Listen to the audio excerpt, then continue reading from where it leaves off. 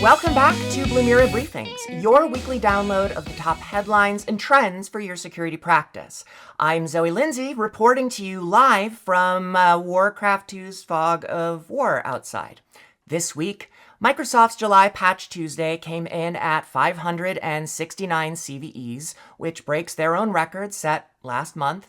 Somebody let a large language model write their Active Directory Recon script and shipped it to a live victim without giving it a second over. And Microsoft has put a date on the end of the password in Entra ID. So let's get after it. Our first story is Microsoft's July Patch Tuesday, which came in at 569 CVEs by Tenable's count, and worth noting that count leaves out the server-side fixes that you don't have to touch. The previous monthly record was 198, which was set in June. So it isn't so much that the record got broken, more like it got lapped 3 times almost. There were 59 critical 3-0 days, and 2 of them already under attack, both of them being privilege escalation, one in ADFS and the other in SharePoint Server. There's also a 9.9 in Windows VM switch, where the 0-day initiative says that a low-privileged attacker walks out of a VM and owns the host that it was working on. And Microsoft's explanation for the volume is that AI models have gotten good at finding bugs, which, okay, yeah. But Tenable Satnam Narang put his finger on the part that actually we should pay attention to going forward. His point is that the exploitability index, which is the rating that's used to decide what can wait until next quarter and what has to get patched now, was built around a human who's doing the exploiting. And Anthropic's red team pointed a model at 14 bugs that Microsoft had rated exploitation less likely or unlikely, and then came back with a working proof of concept code for 13 of them. That doesn't mean that the rating got worse. It means that the thing on the other side of them got faster. So Matt, what's the best strategy for security teams who are tackling such a massive patch load and need to do so effectively? There's a compulsion to simply say work faster, but we know that's not right. When you hear Microsoft fixed 569 vulnerabilities this month alone, it's easy to imagine security teams trying to race through hundreds of individual patches, but that's not the takeaway here. To me, that number is one incredibly loud signal. It tells us that the pace of vulnerability discovery has fundamentally changed. For years, Patch Tuesday was something you could comfortably plan around. Today, software is being analyzed at machine speed. Researchers are finding more bugs, attackers are finding more bugs, and that means we're all dealing with a much faster security cycle than we were even just a few years ago. For MSPs, patch management isn't just routine maintenance anymore. It's one of the most important security controls you have. Now, what really caught my attention isn't the total number of vulnerabilities. It's that several of them were already being actively exploited before organizations even had a chance to patch. And that changes the conversation considerably. Instead of asking, can we wait until the weekend maintenance window, we're asking ourselves, how quickly can we safely get these updates into production? Note, I said safely. Nobody wants to be the person who rushed an update and accidentally took down a line of business application at a client's office. Good patch management still requires testing, but, it also requires prioritization. If you know which clients are running Exchange, SharePoint, Active Directory Federation services, or other internet-facing services, you should already know where your attention should be first. That's where having a solid asset inventory and documented process really starts to pay off. And I think that's really the biggest lesson from this month's Patch Tuesday. The MSPs that handle record-breaking months like this, the ones that handle it the best, they're not going to be the ones with the biggest teams. They're going to be the ones with the best process in place. And look, if this really is the new normal, and I think there is a good chance that it is, process is going to beat heroics every single time. Thank you, Matt. Speaking of AI doing the finding, that's right, we got a theme this week. Next up, research caught an attacker in June running an Active Directory Recon script that a language model almost certainly wrote for them. There were some signs, like 5 separate methods to find a domain controller stacked in a row, a file named untitled1.ps1, and the description reading 100% working AD information gathering script fully fixed. Along with that, there was a hard-coded fallback that was still pointing at the AI's example server. That sounds like one of my Premiere exports. Final version, -final, no, really this time, version 4. Anyhow, From there, it's routine. RDP on stolen credentials, recon in minutes, data out through S5 command about half an hour later. Without a hash to catch, there wasn't a file to hash. They probably should have talked to my English teacher before taking that one out of the drafts because Mrs. Weinstock would never. So Mike, how should teams defend against the rapid development of custom AI-generated malicious tools? Okay, so somebody made a vibe-coded PowerShell script that does domain controller and Active Directory recon. Sounds scary. This one is very interesting.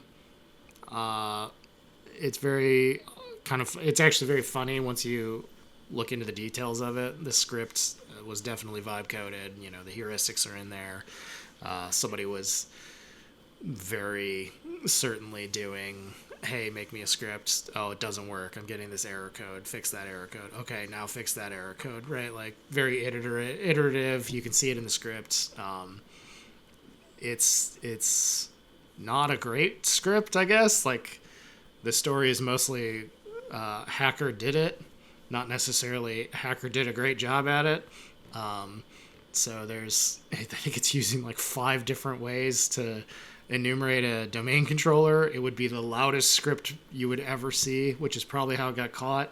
I wouldn't run this if I was an attacker because it would be generating crazy amounts of logs and just look super sketchy on a network and be picked up very, very quickly. So it's very funny too. Like there's very like variables got left in it that don't get used, and it's got pointing to like some test servers and things, and like the code doesn't necessarily 100% work, but it works for what it does, right? And really the big story here is that the bar for folks that maybe didn't have the technical expertise is getting a bit lower.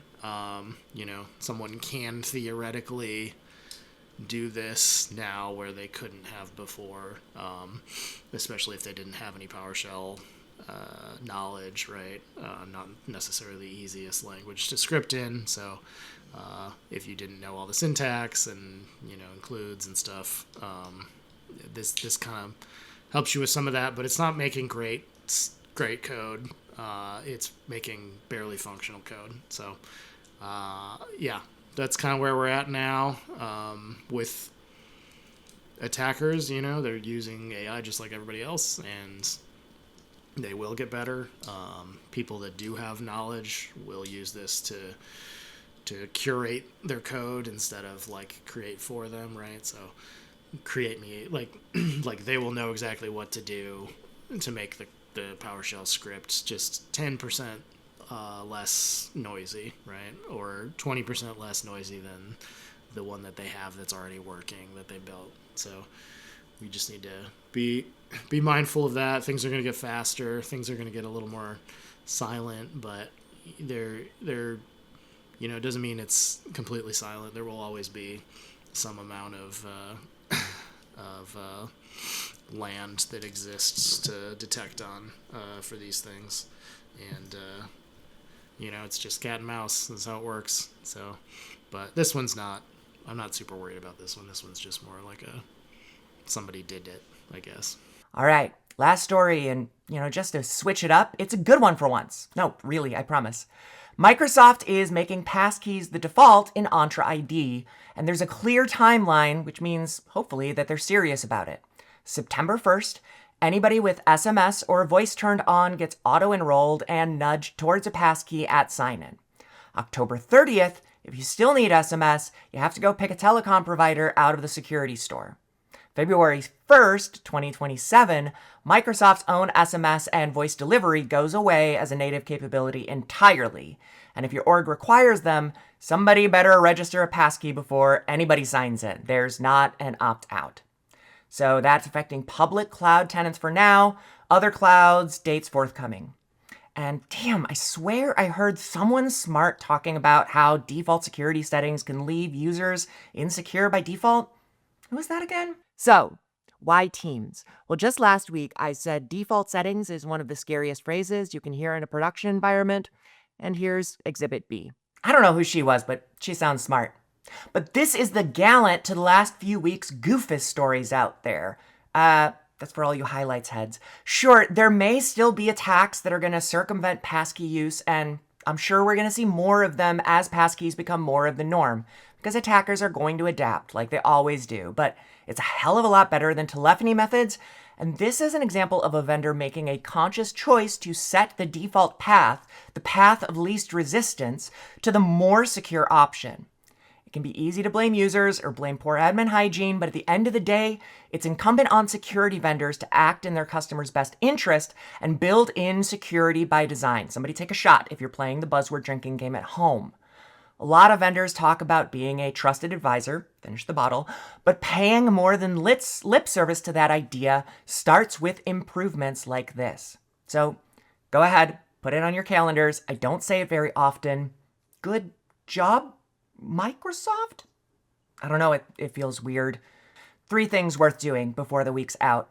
The ADFS and SharePoint 0 days go first. Everything else in that pile of 569 is important, but those 2 are being actively exploited, known now. If Hyper-V is anywhere in your stack, VM switch is your next call because escapes the virtual machine means the isolation you were counting on was the control. And go pull the list of who's still on SMS or voice in Entra, because remember, you only have till September until whether you've read it or not. Finding out in October is going to cost you some money. That's it for this week. Until next time, stay safe out there.